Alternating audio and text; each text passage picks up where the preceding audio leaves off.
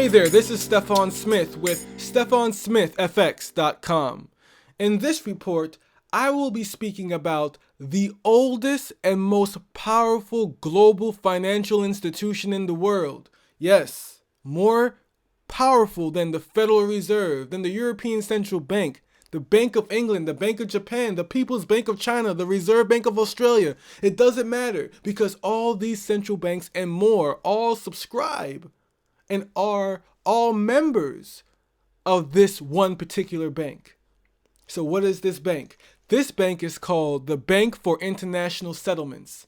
It was established in May 17th, 1930, and it is currently headquartered in Basel, Switzerland. So, why is this bank so powerful? What's its purpose? That's the natural direction I was headed when I first found out about this institution. So I uncovered its mission statement, and I want to share that mission statement with you. The Bank for International Settlements mission is simply this. The mission of the Bank for International Settlements is to serve central banks in their pursuit of monetary and financial stability, to foster international cooperation in those areas, and to act as a bank for central banks. So, the Bank for International Settlements, which is commonly abbreviated as BIS, just want to get that out there, BIS or BIS, their mission is to help other central banks in their efforts toward maintaining financial and monetary stability. And it almost acts as a mediator or a intercessor between central banks to foster cooperation amongst central banking, so that I guess they get a more stable financial environment or more stable monetary environment. And it also acts as a bank for central banks, a bank for a bank. And that is very telling because just based on the mission statement itself, you can tell that BIS has an authoritative position relative to central banks. So how does BIS, the Bank for International Settlements, execute their mission? Well, this is the outline they provided right on their website. In broad outline, the BIS pursues its mission by promoting discussion and facilitating collaboration among central banks, supporting dialogue with other authorities that are responsible for promoting financial stability, conducting research on policy issues confronting central banks and financial supervisory authorities, acting as a prime counterparty for central banks in their financial transactions, and serving as an agent or trustee in connection with international financial operations. So that's their outline. They are almost like a boss or CEO in a corporate environment. For CEOs, promote discussion and facilitate collaboration among other executives. A CEO supports dialogue with other authorities or maybe other third parties that may not be necessarily in the company, but probably outside the company. CEOs conduct research and tackle issues by confronting them with executives and other personnel. I mean, all the points that I see in this outline remind me of a CEO of a company. So it is possibly a good idea to equate the Bank for International Settlements as a CEO and all other central banks as simply just executives, as other executives. So just by reading its mission statement and going through its outline, you can see the authoritative position this bank has relative to the central banks and the other monetary supervisory agencies.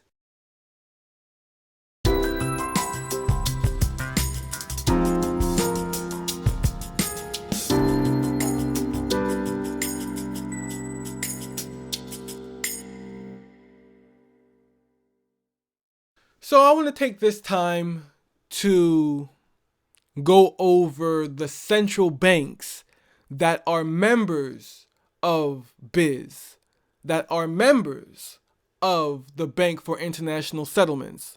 The list is a bit long, for it seems that every central bank is a member of this super bank, this bank of unprecedented power. I'm going to go ahead and run a list over the screen just so you can see just how many central banks are members of BIZ.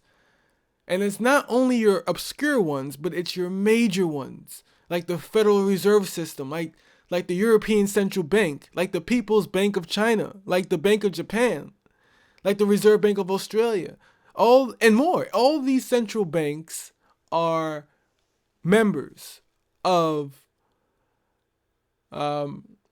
this massively powerful bank.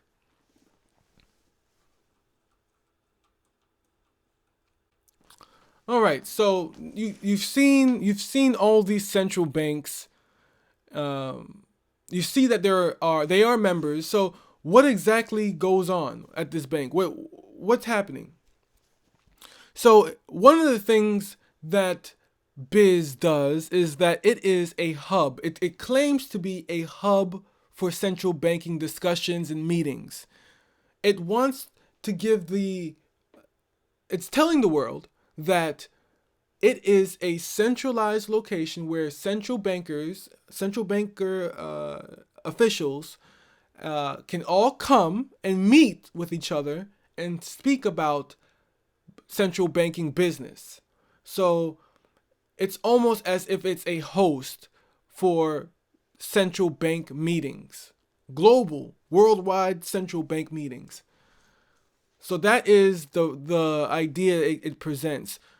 One of the meetings that occurs at the Bank for International Settlements is called the Regular Meetings of Governors. The Regular Meetings of Governors. Now, this is a meeting that takes place once every 2 months, and central bank officials from all over the planet come together at the business headquarters, or maybe not, because they also have 2 other locations, one in Mexico City and the other that's in Hong Kong. So once every 2 months at the regular meeting of governors, or the regular meetings of governors, central bank officials from all over the planet come together to talk about issues that they're experiencing, what they're noticing regarding the world economy, what's happening in the financial markets. They talk about everything, every and anything. Who knows what other things they're talking about, because none of these meetings are publicized. No information is given out as to what was discussed. Everything is secret, which is also concerning, because when there's great power in the hands of a few and they have absolute secrecy to do whatever they want, corruption is knocking at the door.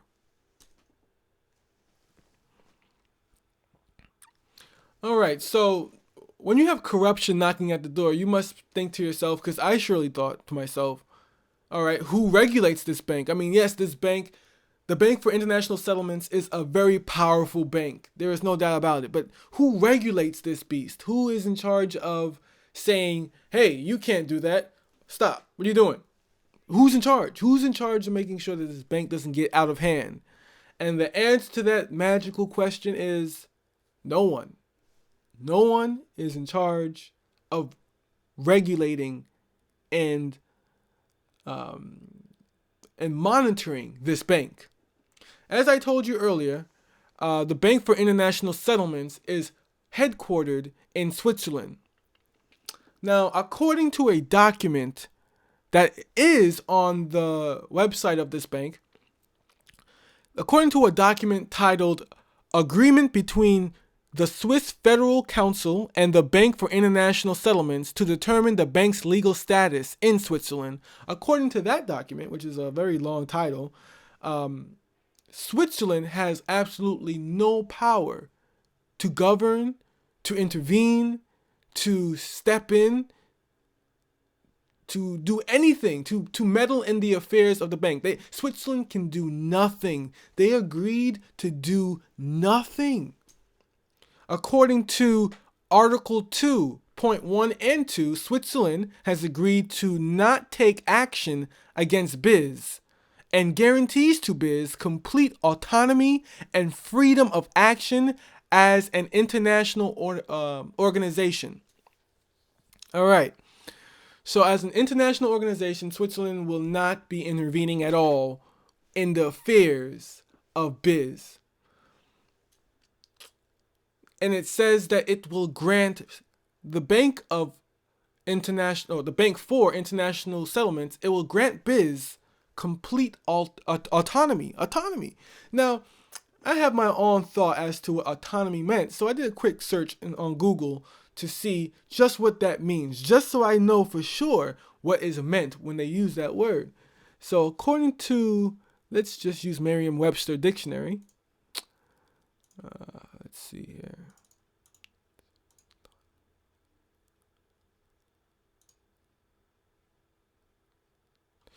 So according to Merriam-Webster dictionary, autonomy is the quality or state of being self-governing, self-directing, a self-governing state. So in that one statement on Article, let's see here, make sure I say it correctly. Article 2.1 and point 2 of the document that I've mentioned earlier, Switzerland has agreed to give BIS complete autonomy, complete freedom, the ability to completely govern yourself. So that's one very powerful freedom to have. Could you imagine opening a business and getting that freedom? You can do whatever you want. I'm not going to intervene. Whatever you want to do, go ahead and do. Whatever you want to do, go ahead and do.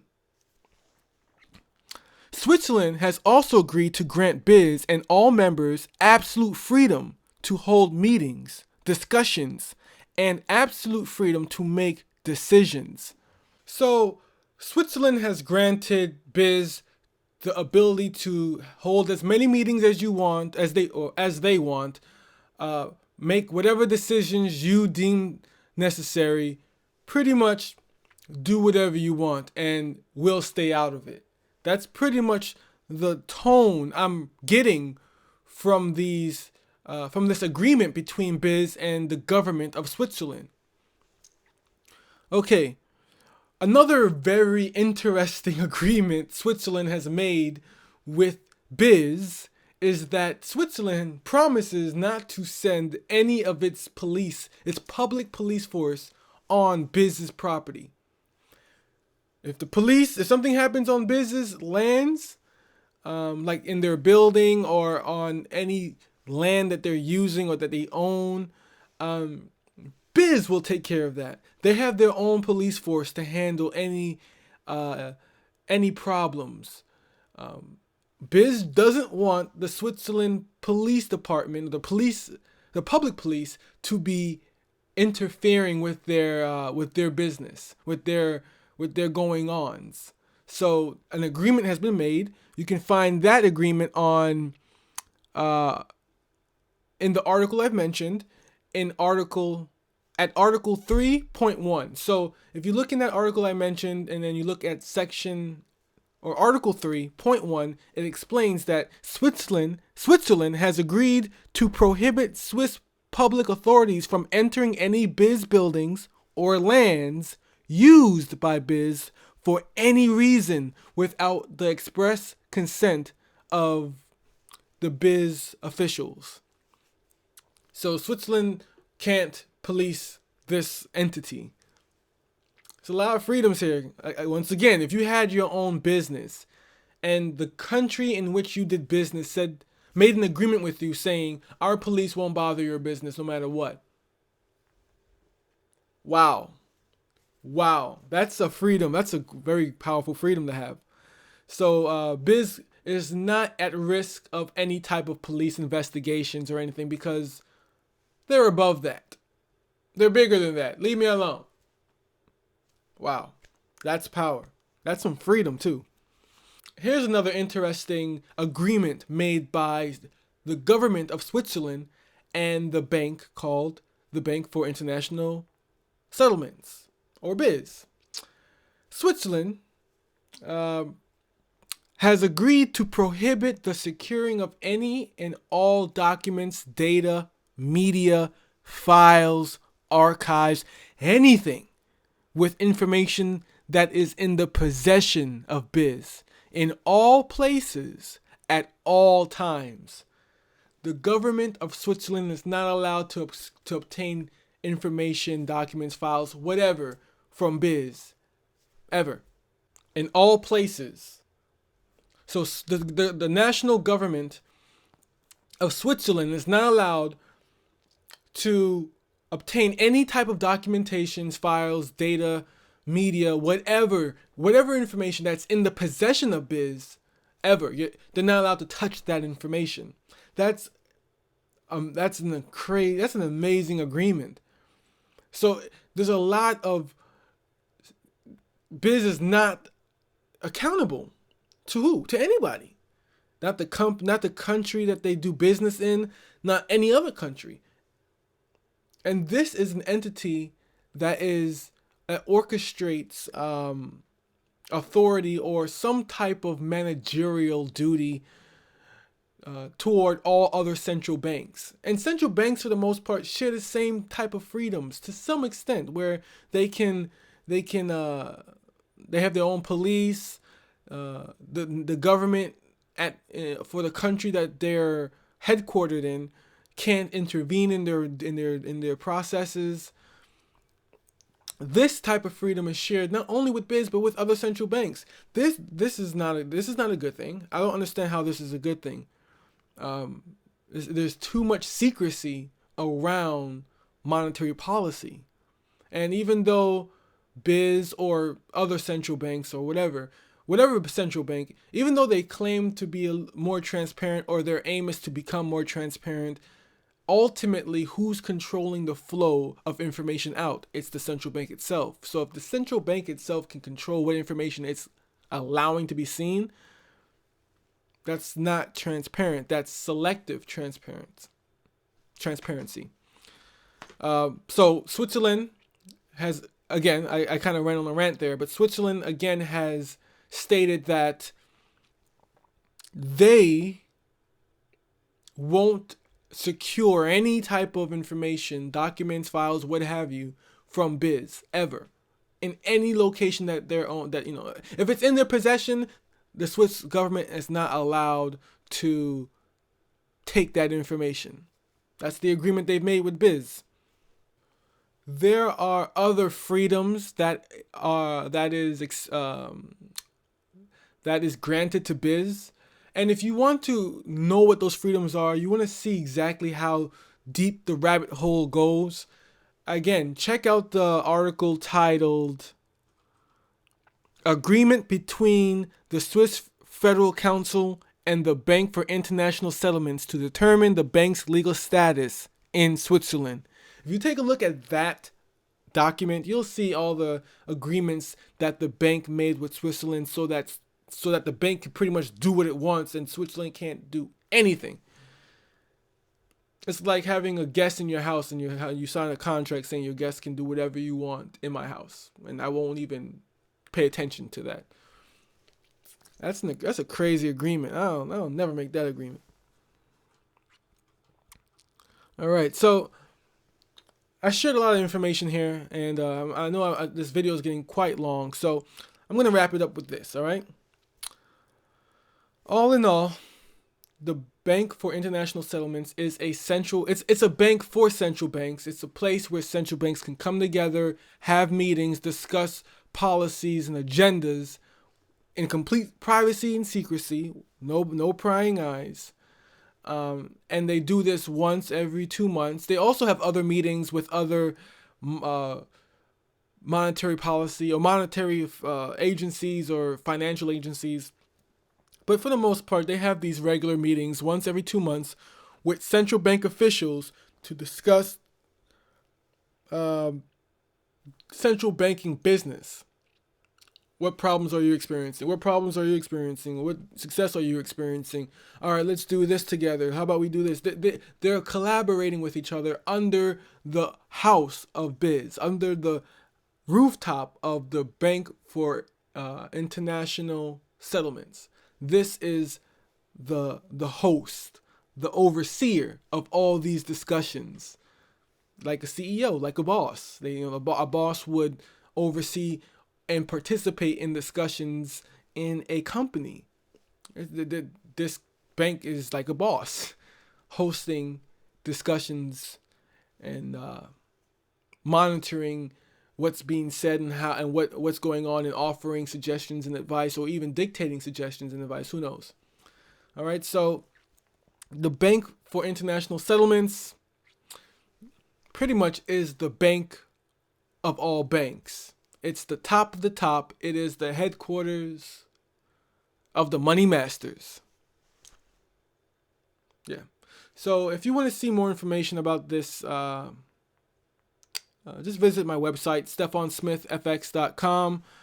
You can just poke around and see what else you can find on there. There's a lot of information there, so just check it out if you have time. I'm Stephon Smith with stephonsmithfx.com. Thank you for watching this video, this report on the Bank for International Settlements. I hope it has been informative, and be sure to subscribe to my YouTube channel so that you can be notified whenever I upload additional videos. And that's it. I'm Stephon Smith, and I'll talk to you later.